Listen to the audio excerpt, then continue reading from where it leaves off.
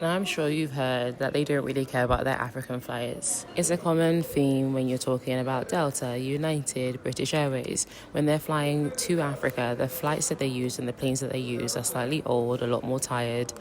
And unfortunately, the case is the same for Qatar Airways. I would say that the ingredients of the flight from Qatar to Abuja were very similar to my flight from Washington, D.C. to Qatar. They had the same diptyque goodies, the same pajamas, the same three-course service, and you can dine and drink as much as you wanted. And candidly, it could be because I was tired. I already had done an 8-hour layover in Qatar airport, and frustratingly I paid for Wi-Fi 3 times and only got Wi-Fi connection for 5 minutes during the flight. As you can see, the flight configuration is relatively similar to like a Virgin business class. There wasn't as much space, and as I said in my previous video, you can always tell the quality of an airline through its toilets. These toilets, while clean and offering the same goodies and amenities that the Qatar flight from DC to Qatar offered, weren't as great as what I experienced in terms of space, quality and maintenance. I did appreciate that there was a dental kit, a shaving kit, and things that were needed for you to be able to refresh yourself when it is that we landed in Abuja.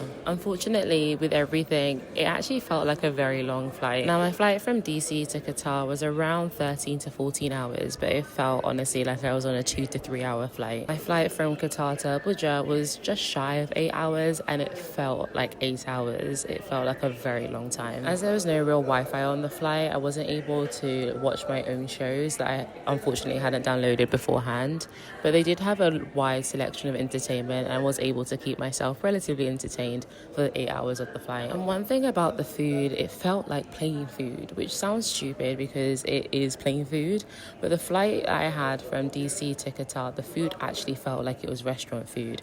It was incredibly flavorful, it was warmed up to a tea, and they really took time to make sure that what they provided you with was tasteful. I honestly didn't eat very much, but thank God I landed safely in Abuja and was able to get picked up by my driver, sorted by High Life Concierge, and the fun began in Nigeria.